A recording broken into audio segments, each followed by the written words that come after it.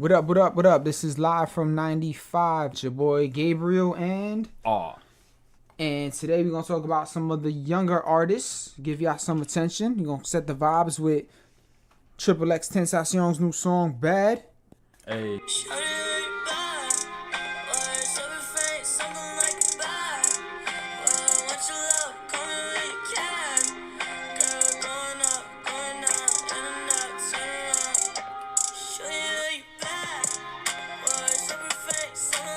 Fair use, no copyright infringement intended. That was XXX Bad off his upcoming album Skins.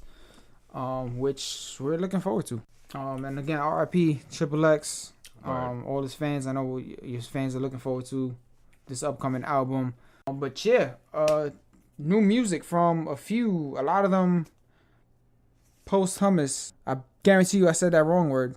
It's fine. It's definitely not posthumous. Alright, so according to Google, it's posthumous. So my apologies. A lot of them are posthumous.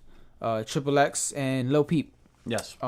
Yes. So we'll be checking those out. Trippie Redd dropped a new project as well, which we'll be reviewing / reacting / breaking down a little bit on.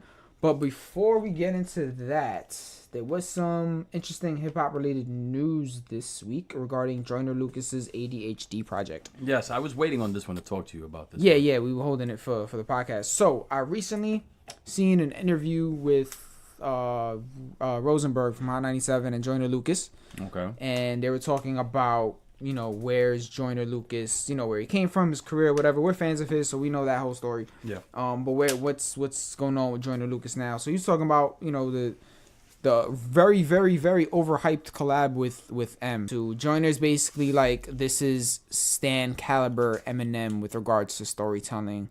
He's saying you haven't heard M rap like this since you've heard him on Stan.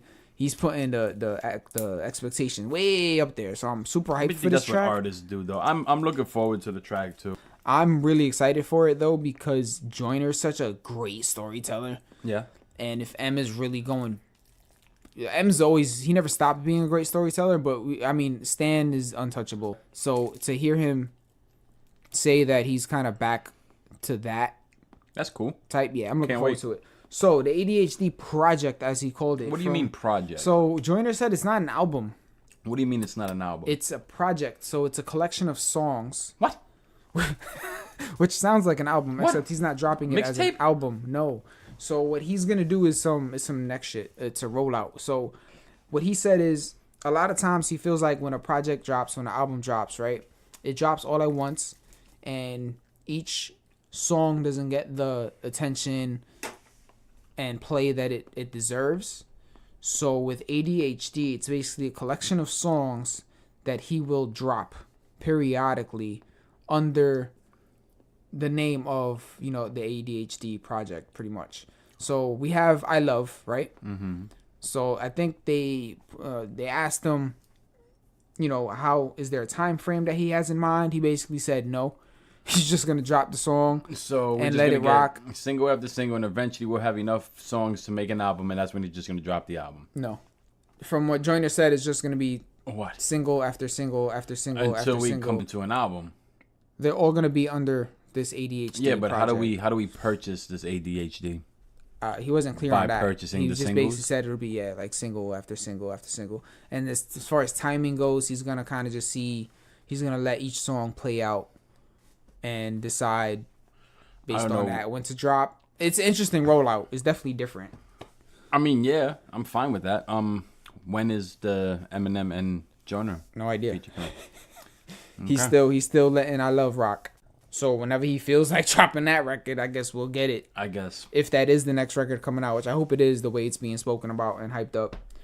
Probably sometime next year. So that's interesting. Looking forward to that. He also said something interesting, which kind of has me concerned. He said that in order to get to where he's at, he felt like he had to make the type of records he's been making. Now that he has the exposure and the acclaim, it's going to allow him to make songs differently, that sound differently, which reminds me of my first impression of I Love. Right? Initially, it took me a while to warm up to that song because I hated the hook. the overall sound of it wasn't it didn't grab me the way other Joyner tracks has grabbed me. So I'm curious what the sound of this ADHD, of this post mainstream, I guess, Joyner is gonna sound like. I mean, he's an amazing artist. The hook may have been a little displeasing to the ears. You maybe got turned off by the hook. Again, it's a first single or whatever he wants to call it for this project. But I'm curious to see exactly what direction he goes to, and I hope he doesn't stray too far from what we loved about him. I mean, I don't think he will, based on the way he's talking about this M collab. So obviously, I feel like Joyner's always gonna have that stuff, but he might turn a little bit and be a little bit more commercial now. I just hope not too much, because even some of his records on his previous albums have like a commercial sound to them, but Joyner has a very unique sound about him that's commercial, but at the same time Joyner. Well, like, I love it is kind of like that song, right? Because the verses, he has his bars. He is talking about something. I think one song that I would probably use that as an example of that, and let me look it up, from his last album, is this one, We Gonna Be Alright. I'm gonna play a snippet quick. This is off Joyner Lucas's 2017 project, 508-507-2209. A great album, by the way, if you haven't checked it out. It's We Gonna Be Alright. We gon' be alright. I give you a chance, even though you're not my type. I did some things that I ain't proud of, but I'll never leave your side. I give you a chance. Okay, I'll never leave your side. You had some shit that you were going through and you wouldn't even cry. Said if I take advantage of you, you won't be so nice. You told me next time it won't be no next time. Look me in the eye. And I gave you a chance, even though you're not my type. You told me I ain't gonna let you hate and let you spend the night. But treated me like the other house that you might fuck sometime. Right, so that has like a commercial type appeal to it, but it sounds very like it's still Joyner. So if it's stuff like that, then I'm all for it.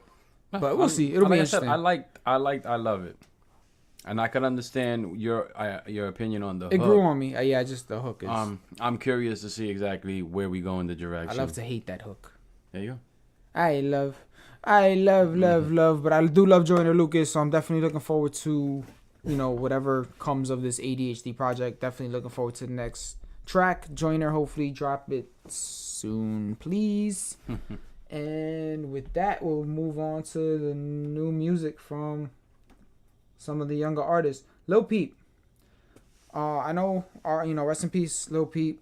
Condolences to, his family and fans. I know he had a very die-hard fan base similar to XXX. I know he passed away in 2017 due to an accidental overdose. And I've never listened to his music, to be honest. And we've talked about this on this podcast before. Yeah. A lot of the new generation artists, I have judged them by their cover. Like if I see the face tats and colored hair, I'm like, oh, you're mumble. I'm not gonna pay you no mind. But I've been more open-minded and trying to see what about some of these artists like XXXTentacion and Lil Peep, what is drawing so many people to them on a level that's different from the mumble rappers, because the mumble rappers are getting mainstream success, but it seems like these artists have a different type of following. You got those diehard fans, man. Right. So to me, if you have that, then there needs to be something there. Something, right? Yeah. So I feel the same way. So I've recently, and unfortunately, I R was into XXX before he passed. I wasn't very much aware of his music. I was aware of him. And, R put me on to XXX, unfortunately, shortly after he passed away. And that Question Mark album was great. Yeah. I really enjoyed that. So, with that said, Lil Peep, I thought he had more work. He actually only had one album while he was alive. And then this is the second album, right? Yes, his posthumous album, Come Over When You're Sober Part 2. I haven't had time to delve into the full album, but I did listen to the single that's been released, Life is Beautiful. Yeah, I heard it with you. And I do have to say that single has made me want to explore the rest of this album. Yeah. I was very surprised. Yes. Lil Peep, I understand where his fan base comes from. I understand where the connection is off of just this one song. If this is any indicator of what his overall content was, then I get it. I do get it, and I understand So, you know, respect to Lil Peep. I feel like he was an artist we lost too soon, similar to Triple X. But with that said, life is beautiful. I'm sure a lot of y'all have heard it. I definitely want to get into it. This song is deep. It's beautiful. It stays true to the title. So let's get into it. The first verse. I know that it hurts sometimes, but it's beautiful. Working every day, now you're bleeding through your cuticles. Passing through a portal as you're sitting in your cubicle. Isn't life beautiful? I think that life is beautiful.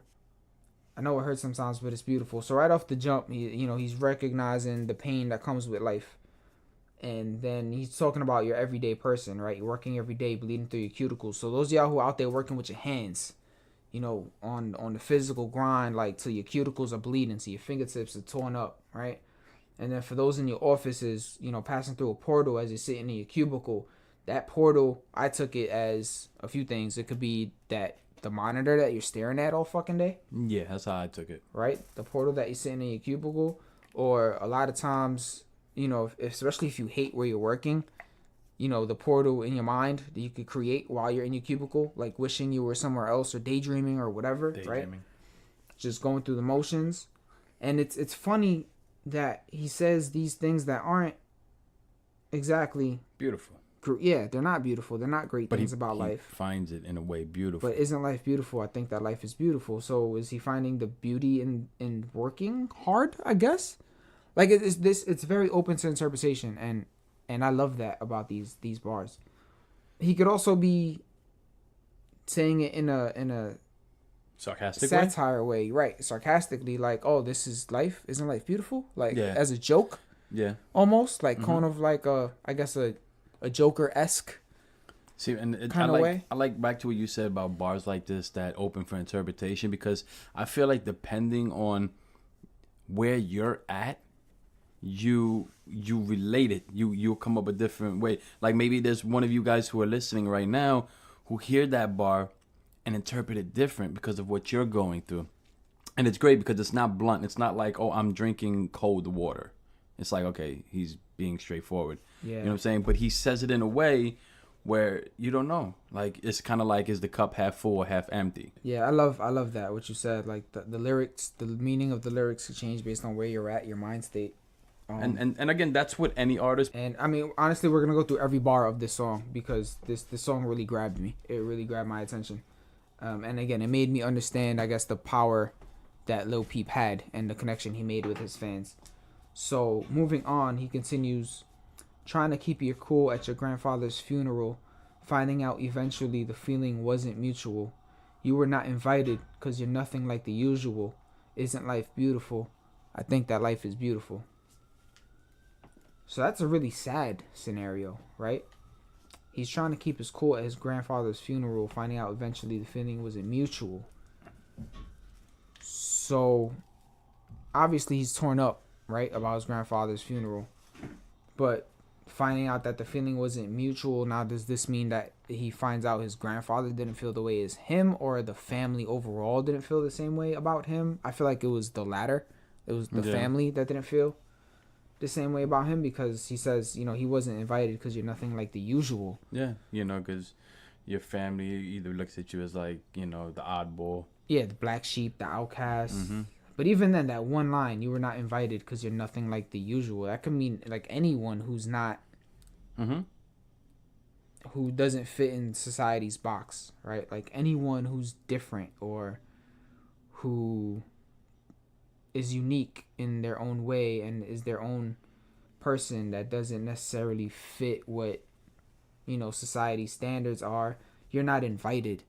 And that can, obviously in this sense he's talking about the case of the funeral, but if you want to open it up more, like, you're not invited because you're nothing like the usual. Like, you can't be a part of things because you're not what society deems as normal or acceptable, right? Mm-hmm. And I know with Lil Peep, that was a big thing. After actually reading these bars, I read a little bit, and Peep used to tattoo himself in the house. I believe it was the garage, if I'm not mistaken, and please forgive me if I got that fact wrong, but I know in his home, somewhere in his home, he would tattoo himself.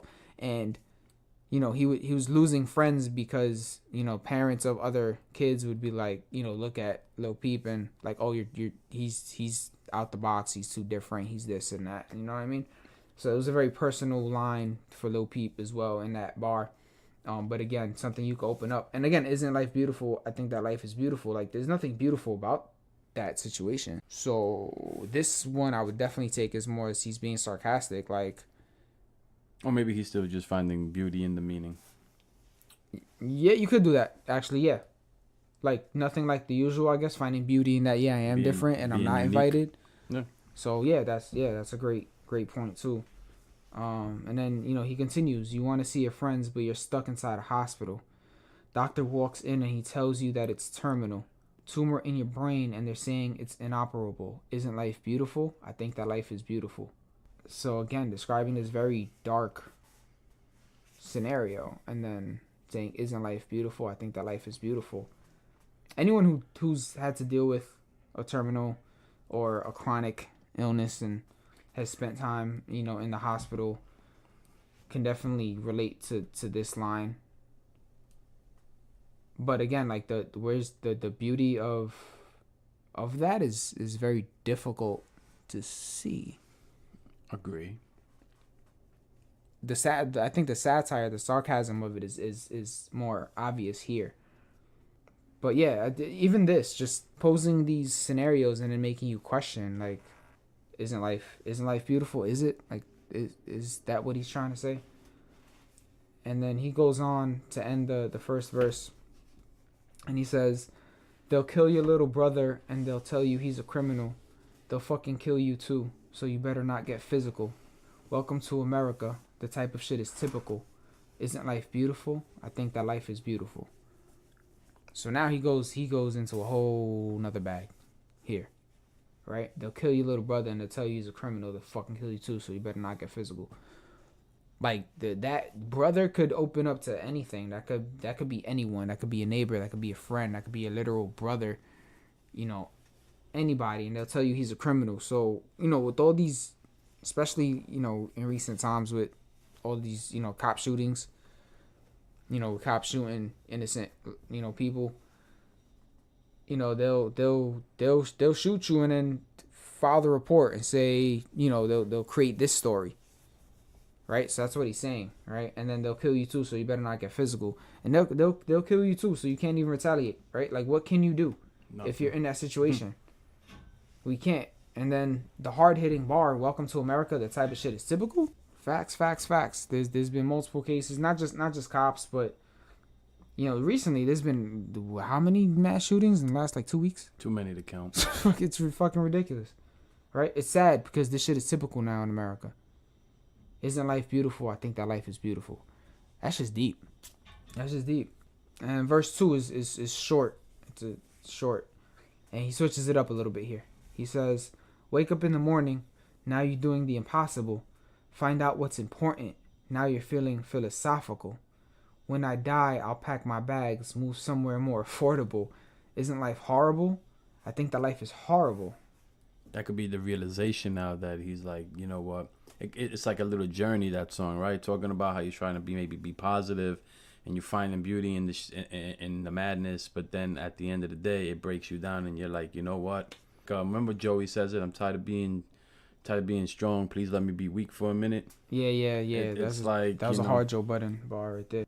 Well, it's interesting because he says, right, wake up in the morning, now you're doing the impossible. So it's just like, now you're doing what everybody said you couldn't do.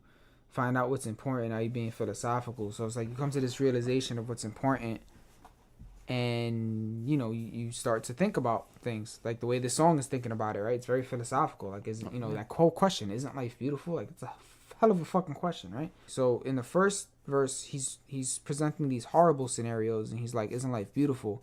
And in this one, at least this first portion of the first verse, we'll see what the rest of the verse holds for us. He's presenting this kind of positive outlook, and then he's like, isn't life horrible? I think that life is horrible. Yeah. But then when I die, I'll pack my bags, move somewhere more affordable. That I just thought is funny, especially living in New York. Yeah. When I die, I'll pack my bags and move somewhere affordable. I don't think he was, coming from New York, yeah. Yeah, I took that as, fucking cost of living is crazy. I'll be able to afford to live when I die. You know what I mean? And even that could be a metaphor for something, right? You can move somewhere more affordable, like not necessarily literal cost of living, but what about the metaphorical cost of living? Yeah. Right? Like being somewhere more affordable. It's crazy. And he continues, you think she's adorable. She thinks that you're intolerable. You think you can do it, but your chances are improbable. Once you feel unstoppable, you run into an obstacle. Isn't life comical? I think that life is comical. So he switches it up again. Right? And this scenario it's comical in like the kind of funny where you laugh because you can't cry type thing, right? So obviously there's this girl who, he has feelings for, but those feelings aren't mutual, right? She thinks you're intolerable. And you think you can do it, but you have no chance, right? Chances are improbable. And it seems like once you feel unstoppable, that's when you start running into obstacles. How true is that, yo? Yeah. Like, it feels like as soon as you hit your stride, right, you're doing good for a while, you think everything is all, everything's all fucking roses and sunshine, and then all of a sudden something pops up, or you realize something, some kind of obstacle comes along your way. And he woke up that morning doing the impossible, right, in the beginning of the verse. So isn't life comical? Like, what I'm saying? Like the irony of life. And then the third verse is another short verse, and he says, and if you ever need a friend, then you got me. And in the end, when I die, would you watch me? What if I try suicide? Would you stop me? Would you help me get a grip, or would you drop me? Run away, make friends with the moon. Why you tripping? You'll be with your friends soon. There comes a time when everybody meets the same fate. I think I'm gonna die alone inside my room. So these bars are extremely haunting. Yeah. Given, obviously, Lil Peep's fate. Yeah. But again, he poses these questions like, if you ever need a friend, then you got me. And in the end, when I die, would you watch me? And if I try suicide, would you stop me? So ask that, because mental health in hip hop has always been an issue. We've kind of touched on this before. People go through shit. So if you felt like a friend was kind of leaning that way or in a rough situation, would you stop them? Would you reach out? You know what I mean? Would you help me get a grip, or would you drop me? So would you help out? Would you just drop them? Would you let them do whatever they were gonna do, right? Run away, make friends with the moon. While you're tripping, you'll be with your friends soon. It comes a time everybody meets the same fate. I think I'm gonna die alone inside my room. So it's a very sad ending to that whole thing, right? But again, it begs the question: what was the meaning of the prior verses when he's questioning, whether his life is beautiful or whether it's horrible or comical? And life is all these things. Yeah. So I thought that this was a I really enjoyed this record, and this was my introduction to Lil Peep. And again, after hearing this, I definitely want to explore the rest of this album, and I'll likely go back and listen to his first album, Come Over When You're Sober Part 1. But yeah, I see it. So all the fans of Lil Peep that are listening to this, just know that we get it. Yeah, if this is the type of stuff he's talked about and delivered, it's important, and I get why people connected and were drawn to him, and he had such a following. The next thing we wanted to cover, on to XXXTentacion. I know he's got an album coming out called Skins. We're both looking forward to it. A new single just released called Bad. That was what we played on the vibes right in the intro of this episode.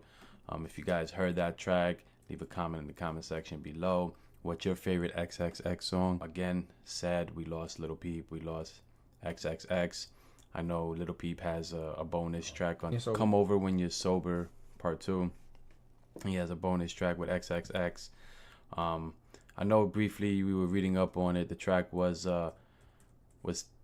touched on. They were both recording it, and then sadly XXX passed away. But you can tell that it's unfinished, but it's a nice track. The track is called Falling Down with XXX. There's not a lot of information on this new album yet of when it's going to be released. Hopefully it is released this year. the end of this year. If not, then we'll be welcoming 2019 with the XXXTentacion's album Skinned, and we can do a little review on it. I'll play a little snippet.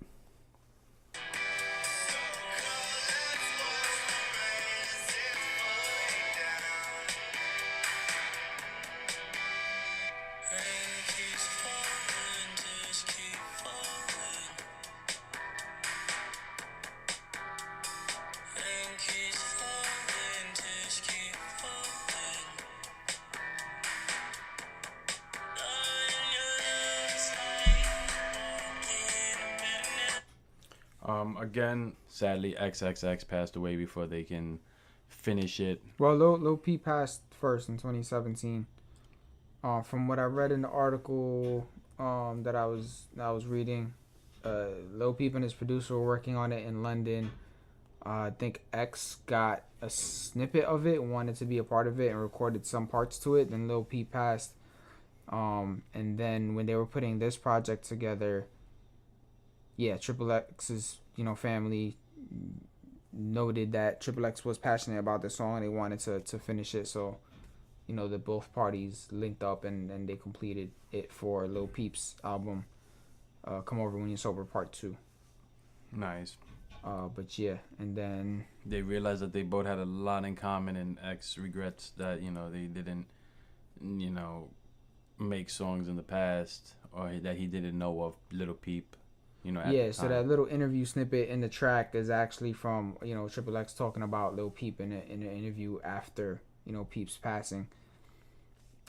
But yeah, I mean that's a great record. Rest in peace Lil Peep, rest in peace XXXTentacion.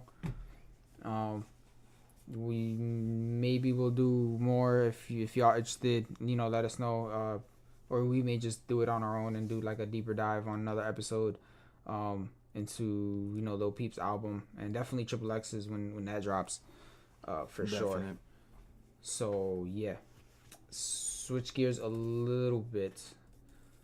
Trippie Redd, he's another artist I've ignored because of his antics and because of his looks, the tatted face, the colored hair, the whole thing. I just kind of dismissed him as like a 6ix9ine type artist, the mumble type artist, without ever giving him a chance. I took the time after listening to Lil Peep's song, and then I saw Trippie Redd dropped an album, and I was just like, let me see what these young kids are really connecting to. And I listened to it. While it's not my taste in music, again, I understand it. I get it. One thing I felt was very similar between all three of these artists, Trippie Redd, Lil Peep, and XXXTentacion. Sonically, the three of them are very similar. Mm-hmm. Right? The vocals are similar. The type of music is similar. And in looking into this, I didn't know. I mean, I knew, but I guess I didn't know it was actually a subgenre of like emo rap, because I feel like that's always been. And I mean, this is news to me, but like if we're gonna label that, then we'll have to put Joe Budden as like the Godfather. Yeah, man, the whole Mood Music series is fucking because emo, if you want to consider that. But emo is just, I feel like that's a label that gets misconstrued. I feel like it gets not interpreted properly. I agree. But all it means is emotion, right?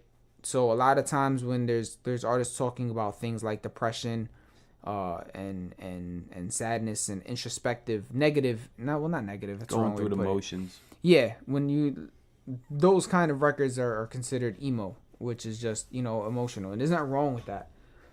So I feel like it's a mislabel. That's the best kind of music, honestly, in my opinion. I know it sucks. Yeah, I mean, even to have to say that, but I feel like when the artist is in pain or very emotional, driven by a topic or something, it delivers. It shows on their song. You know what I'm saying? It's there, and it projects, and you can feel it through the speakers, and it's just amazing. Well, yeah, it's a sad thing about art, right? Like artists are unfortunately at their best when they're in pain. But I also feel like that's kind of what I guess we could relate to on a deeper level more, right? So Trippie Redd, I learned was under this emo label, which I didn't realize at all. So I, again, have not listened to anything from Trippie Redd prior to this project, which is Love Letter to You 3.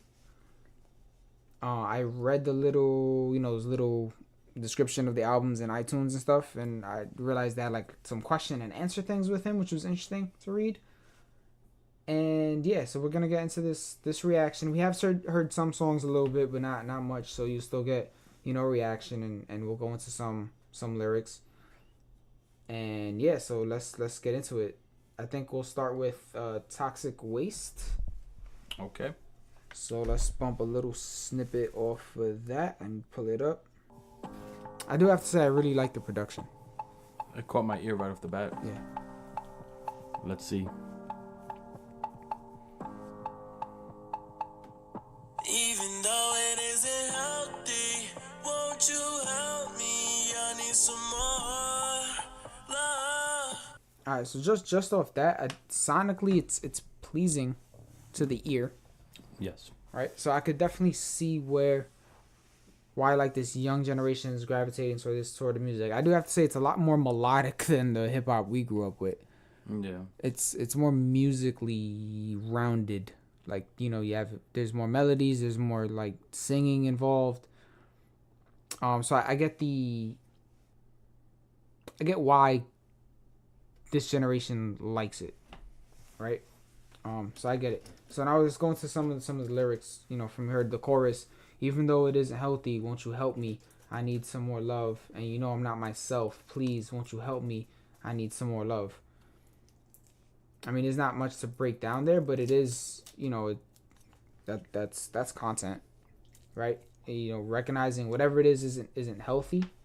So what's the name of this? Toxic. It's about a toxic relationship, right? So even though this relationship isn't healthy, he's asking for help, and he needs love. So he's asking for love, which is a very vulnerable thing to do.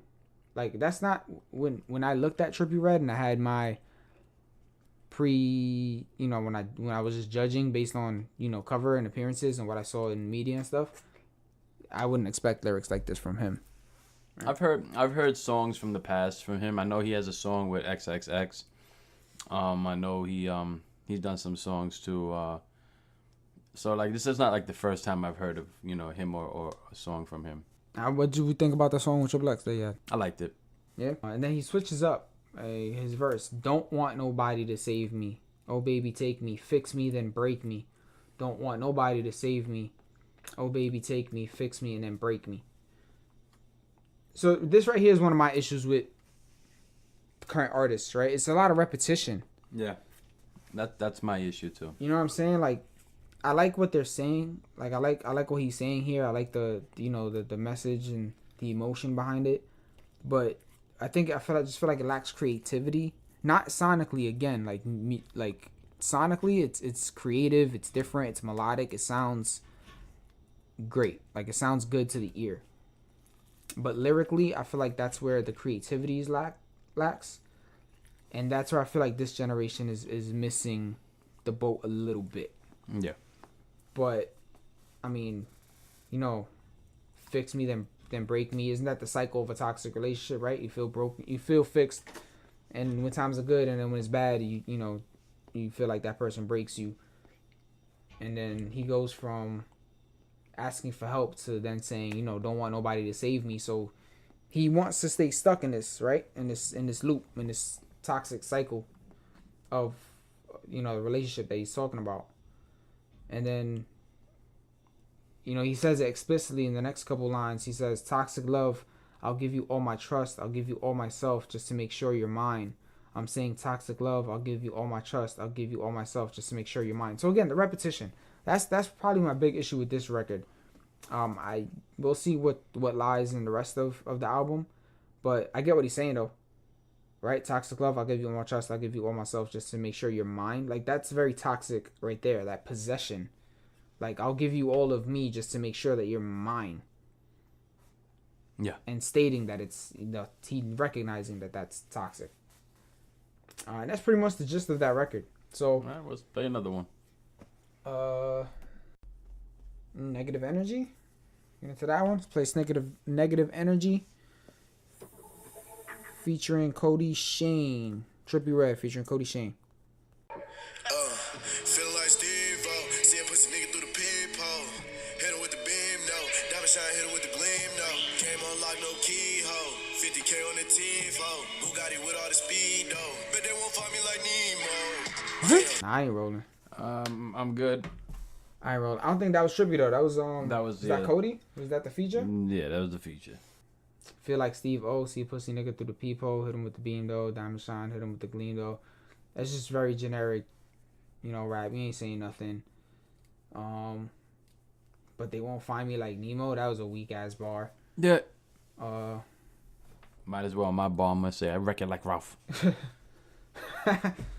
He follows up with that, yeah, taking that bitch straight to Mickey D's, for real. She want a burger and a 10-piece, for real. But the chorus, so I'm gonna read the chorus from Trippie Redd, right? This shit just fill up my energy, made me just feel like my enemy. It might just turn into my inner beast. Know we tote choppers, we in the streets, you niggas got fucked up energy. Come on, big dog, where you wanna meet? So he's just talking street shit. But those first couple bars, you know, this shit just fill up my energy, made me just feel like my enemy. Alright, so you know, you getting that negative energy, so you around that, so that's what you attracting, that's what you're becoming. And the rest of it is really just generic, not so. Yeah, this track I ain't rolling. See, so negative energy is kind of, honestly, that's the type of shit I would expect from Trippie Redd before I listen to Toxic Waste. I know XX talks about that stuff too. You know, where's your energy at? Well, everybody. I mean, even artists we like. But that's what I would figure, just, you know, judging Trippie Redd, that most of his content would be like. But then I heard Toxic Waste and I was a little bit thrown back. The next song we'll jump into is Love Scars 3. The first one I think is what I heard, Love Scars. So again, the production is great. Like the beat selection. Shawty do not play no games with me. Yeah, this shit is lame to me. Spend every night and every day with me. We gon' be alright, just take the pain with me. Alright. Yeah, baby, stay with me. Alright, so again, this is production on point. Yeah, and lyrics so far is great. Sonically, again, it's this like this singing, which is, it sounds good on this record, right? But let's get into that first verse a little bit, right? Your love is a drug I like to try today. Your love from above, I need it always. You the reason why I'm waking up smiling. I could really give two fucks about a diamond. No matter what, when we together, babe, we shining. To the top, baby, we climbing, yeah. And then he says, you ain't going nowhere, like 5 times. Yeah. So again, like, why you could have given us 5 more, you know, bars. But yeah, your love is a drug I like to try today. That's, you know, very basic metaphor, but I get it. Good, you know, it's, you know, decent bar. Your love from above, I need it always. You're the reason why I'm waking up smiling. I could really give 2 fucks about a diamond. So obviously, he either doesn't care about money or doesn't care about marriage per se. Yeah, that could mean a couple things. No matter what, when we together, baby, shining. So I, you know, it's cool. I'm rolling. But that's the only verse on the record. That's what I'm saying. They're too short. Yeah. So I don't know. It's weird. Hit us with another one. You pick one.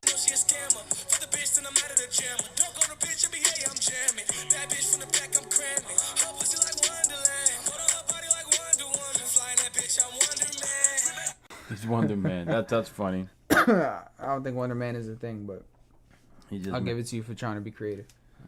Right. I don't know how to feel about that. There were a couple balls I'm like, this is trash, and then a couple balls was like, it's decent. I'm gonna play Diamond Mines featuring Tory Lanez, which is a name that I'm familiar with. Tory Lanez, yes. So let's see.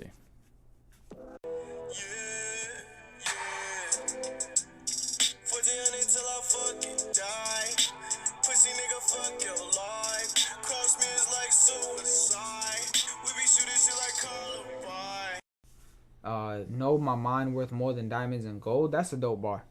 Yeah. Right? And that's, you know, self-explanatory, nothing there. And he says, pussy nigga, fuck your life. Basic, but, you know, I got you. Pussy, fuck your life.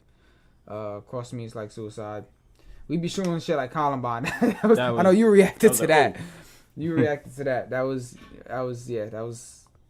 a tough bar. You've been sleeping on me like lullabies. I'm just really trying to know your mind. Elliot though, let's break down Elliot's verse because he actually this verse. See, shit like this makes me want to check out artists out more. Like Elliot comes in, I'm just really trying to know your mind. It's harder trying to find love on a mission. For me, that's like it's hard trying to find love on a mission. I guess when you're trying to find it, it's hard to find. Yeah. Right. So love is something that should just happen naturally. And when you're looking for it, I just feel like you don't find it. Mm-hmm. So that's what I feel like he's saying there.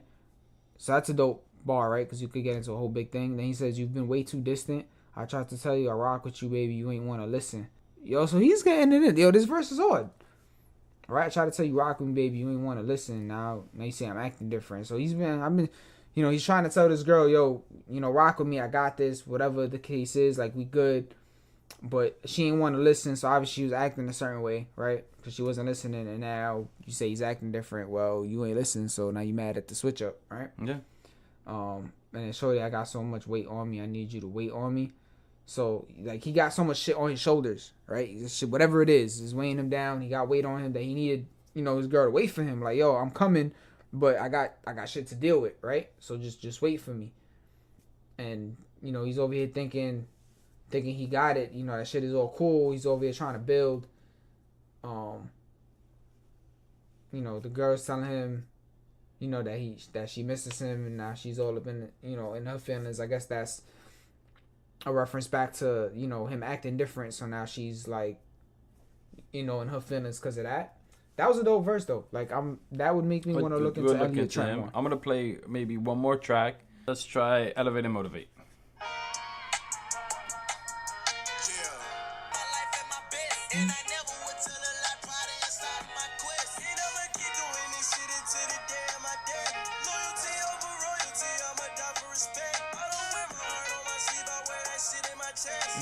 I was alright. He said in that verse, "Fate betrayal been applied, but ain't coming direct. Negativity hit so hard that shit'll blow out your chest." That's I get that. Like the negativity is coming, like it's so crazy. That shit just fucking blowing a hole in your chest. Criticism done left me scarred, but live my life in my best, and I never would tell a lie. Pride it inside of my quest. So yeah, criticism done left me scarred. So, obviously that's blatant, that's self-explanatory. But in spite of that, he's still trying to live his best life. And he would never tell a lie, pride it inside of my quest. So he's making it a point to never lie, right? He's trying to be honest in everything he says, I guess everything he does. Loyalty over royalty, I'm gonna die for respect. I respect that, basic bar, but I get them, like, that was cool. I don't wear my heart on my sleeve, I wear that shit in my chest. That was a dope bar. I thought that was cool. Trying to play your cards right, but you ain't got a good deck. That was tough. I like that bar a lot, actually, because you could try to play your shit, but if your deck is, if you don't have a good deck, you can't play good cards, right? Nope. So it depends on not only the hand you dealt, I guess, but the deck that you're dealing with. You might be missing a couple aces. Ain't shit you can do. Missing that ace. I'm gonna end it with this last song called "Can't Love."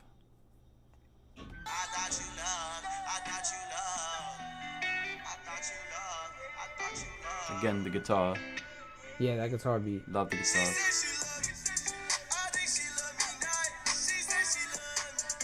So in the description, he talks about a song called "I Tried Loving," and he said that it's about depression. So he was almost gonna title it "I Tried Loving Myself." So let's bump that real quick, and then we'll move on.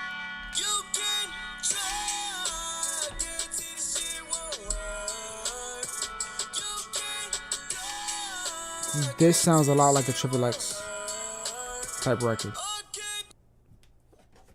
Painkiller in the skies, I can't feel a thing off the perks. So again, this generation's issue, with taking drugs to kind of solve their emotional issues, just giving them more fucking emotional issues like depression, which this song is about. A couple bars, I can't feel, trying to figure out if this shit is real. I can't feel, trying to figure out if this shit is real. Rocket got them pints, not for real, trying to pop me a motherfucking seal. Big dripping pussy nigga, real slip. So overall, Trippie Redd's project, it seems like there's a couple songs I could bump. It seems like there's half of it that I'm not really fucking with for reasons that I don't fuck with a lot of like the new shit. But we're always open. That's the thing. Yeah, you know, we're trying to be more open, and really looking at the lyrics. Again, one of my big issues is just the constant repetition. But I mean, overall, again, not my cup of tea, not my really taste in music. Even the songs that I'm like, yeah, they're cool. I can see why people would like those. A lot of songs, though, I just don't understand why people would like them. But that's just, you know, my opinion on this project. All right, moving forward to Rhapsody featuring J. Cole. You want to bump a 30-second little bit? Yes. All right, no copyright infringement, fair use, please, please, please. Sojourner featuring J. Cole, Rhapsody. That's J. Cole? He's wildin'. Yeah. We gotta break that verse down too. Yeah. Oof.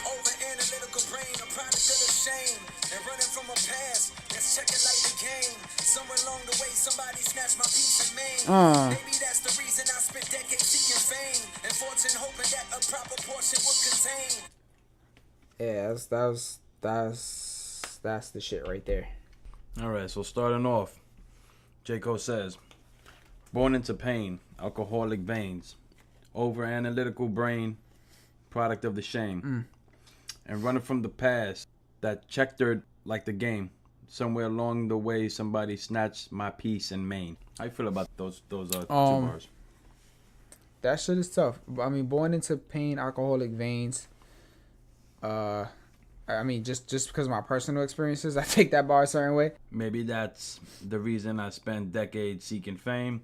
In this music business, all their questions were insane. Why you never smile in your pictures? I refrain. For giving you the answer, because the answer wasn't plain. Like, I feel like that's, like, you know, a happiness thing. Like, you know, why don't you smile in pictures? He couldn't give the answer because it wasn't plain. Like, it wasn't a simple answer. So he wouldn't answer it because it was going to be too deep. But back to the, like, original bars too, right? Born into pain, alcoholic veins. So I guess because he, you know, born into pain, he experienced a lot of pain. He turned to alcohol, possibly, or he was born to alcoholic parent or parents, and that shit was already in his veins when he was born. Yeah. Right. So kind of like you born addicted type thing, but and you know, instead of drug, he's making alcohol reference. And then when he says running from a past that's checkered like the game, that's like a simile, like a checkered board. You know what I'm saying? So he's making that little metaphor. But yeah, and then he goes on. He says, he talks about the situation, which I wonder if it's true or not. It'd be interesting. He says, see my mama with the pistol pointed at her dome. And how in the fuck do you expect for me to ever be the best Lil me that I can be when trauma's deep inside of me, like IV fluid pumping through the blood of wifey while she's giving birth? That what? That sounds like it could be a truth because of he just had a daughter, right? So he's describing, you know, his mom attempting suicide. We don't know. It could be as deep as that. I know there was a song, I think it's on KOD, where he talks about his mom's alcoholic issues. Yeah. Mm-hmm. But he says, see my mama with a pistol pointed at her dome. And how in the fuck do you expect for me to be the best Lil me? What can I do when trauma's deep inside of me? So that's relatable. Not that exact situation per se, but you know, if you've ever been through a traumatic experience when you're a child, like how do you expect a child to be the best them, right? He says the best Lil me that I can be when trauma's deep. You know, when you go through some shit like that, and then he makes the metaphor and the switch, which is dope and technically great. He says like IV fluid. So deep inside of me, like IV fluid pumping through the blood of wifey while she's giving birth. So that's just crazy how he puts it, he puts in like a juxtaposition the suicidal attempt of his mom with the birth of his child. Could you remember the whole past thing where they say, you know, if everybody who dies, there's somebody born. Yeah. So that's a really nice image right there. And then after that smile line, he says some shit. He says, enough for me to see, because at the time I knew my name, but didn't know myself. And so I dealt with shit the same as a fugitive. But running from the truth and shit, I shoot the shit with niggas, but they never knew the shit that's hidden deep within the crevices, like ever since I was a child. And that's when he talks about, you know, his I knew my name but didn't know myself. Yeah. Who are you? That shit was tough. Like, how many of us really do know ourselves? Like, you take the time to really get to know yourself. You know what I'm saying? That's some deep shit. And so he dealt with shit the same as a fugitive, right? So how do fugitives deal with shit? They run away. Run away. Right? So he was just run away from everything. And this shit's cool. I would shoot the shit with niggas, but they never knew the shit that's hidden deep. So shoot the shit. Like, he would go talk shit, be cool with his friends. Everything would be, you know, all fucking fine on the surface, but deep down inside, they ain't knew the shit that was deep underneath, right? Mm-hmm. Which again links back to why you can't smile, because the answer's not plain. And then these bars I love. These are probably some of my favorite bars from this verse. He says, "And I'm sort of heartbroken because the elders lost hope in our youth. And here I sit dead in the middle, not a little boy no more, but not quite old yet, waking up in cold sweats, scared that I'm too disconnected from the kid's perspective. The world ain't got no patience for some shit that's introspective. So where the fuck that leave me? Irrelevant, I guess. Went from heaven to hella bent, intelligent but stressed. Damn." Yo. Bars. Yo, I'm sort of heartbroken because elders lost hope in our youth, and he has to sit dead in the middle. So J. Cole's in this weird position, right? Because he's not an old head. He's not an OG quite yet. Remember when he was coming in, I think it was around Born Sinner dropped, he was still figuratively considered young. Yeah. New, like, you know what I'm saying? So he was right there, and I remember in one of the songs, he was like, matter of fact, in Miss America, when he was like, only young niggas do it better than the old niggas. He was talking to him about himself at that time. Right, because he was new. That was, you know, the class of Kendrick, Cole, in the middle, Drake. And we got now the Trippies, you know what I'm saying, the 6ix9ines, these young kids now. Cole is in the middle, but he's not like J, M. He's not, you know, count the oldies yet. Yeah. He's in the middle now, so now he's like... Yeah, kind of like where does he fit in, right? Not quite old yet, waking up in cold sweats. Scared that I'm too disconnected from the kid's perspective. The world ain't got no patience for some shit that's introspective. That shit is crazy, right? And that's kind of how we feel sometimes, honestly. Like, because we're not fucking, again, we may talk like we're fucking 40, but we're not. Like, we're not even 30 yet. But at the same time, I don't understand what these, you know, late teen, early 20 kids is gravitating towards, which is why we're trying to be more open to that generation's music to see like what's their perspective. What are they going through in life that's making them be drawn to this shit, right? To that music. And the world ain't got no patience for some shit that's introspective. How true is that? We on, you know, everything is fucking clips, right? Everything moves so fast. This world don't have patience no more. So everything is just, you know, it comes and goes. So the world don't have some, you know, time for shit that's introspective. Like, the world doesn't have time to look at it. I mean, this could be in so many things. Yeah. Like, people don't have time to be introspective anymore. People don't have time to find themselves, as he alluded to earlier in the verse. People don't have time to look into the deeper meaning of things, right? That shit, yeah, that's a deep ass bar. And then so he feels like, you know, this leaves him to be irrelevant because he's like in this kind of limbo. And then I love this, you know, went from heaven sent to hella bent, that play on heaven and hell. Intelligent but stressed. Damn, now ain't that the truth, bro? Yeah. I feel like the more you know, the more intelligent you are, the more fucking shit you got in your brain, the more stressed out you are. I guess ignorance is bliss at times, right? And let's get into Rhapsody's verse a little bit. Let's show her some love, right? Mm-hmm. She comes in, verse 2, permanent vacation for forever. Some things you gotta leave behind. Some people just like weather. Woo! Right? I mean, that's self-explanatory, but you know, you got you. Some things you just gotta keep it moving. Weatherman forecasts me dead last. Think I'm just another nigga. Maybe I'll be the next Black Beetle like Sway Lee. That's funny. And she says, yeah, I know my worth. These colonizers gotta pay me. Yeah, I gotta go first because the rest would never last. I had to show the positives for those that couldn't add. Ooh, that was bars. Breaking down math right there. So I know my worth. These colonizers got to pay me. So she's like, yo, these white people in power gotta pay her because she knows what she's worth. Hell yeah. Right? Know your worth. These colonizers, I love that. that metaphor. And then I had to go first because the rest would never last. I had to show the positives for those that couldn't add.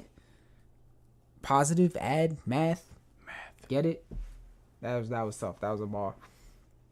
And then she continues with the addition metaphors, right? Looking at the ads, they only love us if our ass out, and so I'm out. I got an Audi and it's bad. So yeah, I mean, looking at again the way media portrays, minorities, black women, they only love us if our ass out, and so she's out. Like I ain't having no part of that. Like I got an Audi.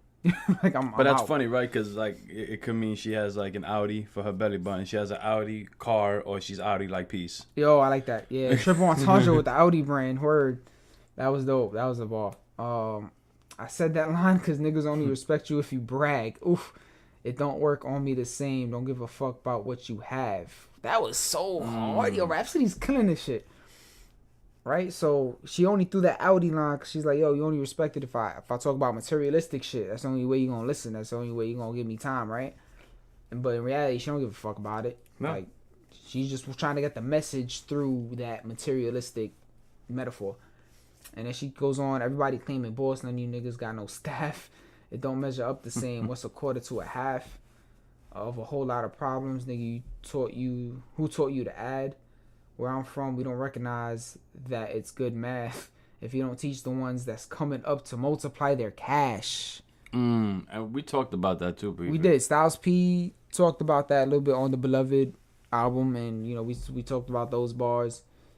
J. Cole mentions it in this song again about teaching the youth, but you don't teach the ones that's coming up to multiply their cash. Like they getting money, but we're not showing them what to do with it, and I could easily go right. Mm-hmm. And then you don't build wealth, and that's just kind of like this cycle. Think for themselves, think beyond sales. Everything with worth don't come with some whistles and some bells. Woof. Mm-hmm. So bells and whistles, right? Like everything that's worth something, it ain't gonna come with, all these guidelines and all this other shit. And to think for yourself, nobody thinks for themselves no more. All right, and everybody just wants to talk about sales, like who did what numbers, da da da. Like that. Yeah. That's what matters more. Then she continues, the ones I gotta leave behind, the ones you gotta bail. Meek Mill, I'm working hard, ain't too far from a Meek Mill. That was tough to play on Meek's name. With $1 million. Yeah, ain't too far from a Meek Mill. So, short Mill, she's like right there, right? She's and then she continues, and I'm gonna tell you, black on black murder been whack. Ninth turn me up so they can hear me in the back. Yeah, that's pretty hard for me, but you see hopeful niggas in where they all ought to be. Scared to grow wings. Birdman with a bunch of Carter beef. Oof. Nice. You know what I'm saying? And then the whole black on black murder been whack night, you know what I'm saying? Like getting that message out, of course. And she said, that's old news. Look, nigga, you talking to modern me. Smarter. We had better conversations sitting with barbers. Hell yeah, yo. There was nothing like those barber conversations. For real. Putting hearts and heads in niggas who don't think ahead. Who taught you? Putting hearts and heads in niggas who don't think ahead. Who taught you? So she's like, yo, we were teaching the people under us, like, well, who's teaching you? Like, I guess questioning that to this generation, I guess, right? Like, who taught you? Because we put the hearts and heads in the ones who weren't thinking ahead. So when we saw that, we try to give them the knowledge, but like nobody's teaching them now. And she said, school y'all, welcome to the schoolyard. Teach you how to make moves without needing the U-Haul. I was alright. But yeah, those were some highlights from Rhapsody's verse. That was a dope track. Definitely check out that track if you guys haven't heard it yet. Definitely look into it. If you guys did, leave a comment in the comment section below. Keep us posted with what you like, your favorite verses, the topics that we talked about. If we missed anything, let us know. We'll be happy to retouch on it on another later episode. Yeah. So that was some of the new music that's come out recently. Again, if there's anything out that you want us to review or comment on, let us know. You can hit us up on Twitter or comment below. I think we got anything else for today? Yeah, I think that was everything. Yeah, guys, I want to thank everybody for tuning in this week for another episode of Live from 95 with your boy R. G. All right, keep on checking your YouTube feeds. We're on Twitter. We're on iTunes. We're on Facebook. We're on SoundCloud. We're everywhere. Yeah, show your love. Show your love again. Let us know you like what we're doing so we keep doing it. And, subscribe, share, all that. And again, thank you to all the views, all the subscribers thus far. We appreciate it. Love, peace, and we'll catch y'all on the next one. Stay live.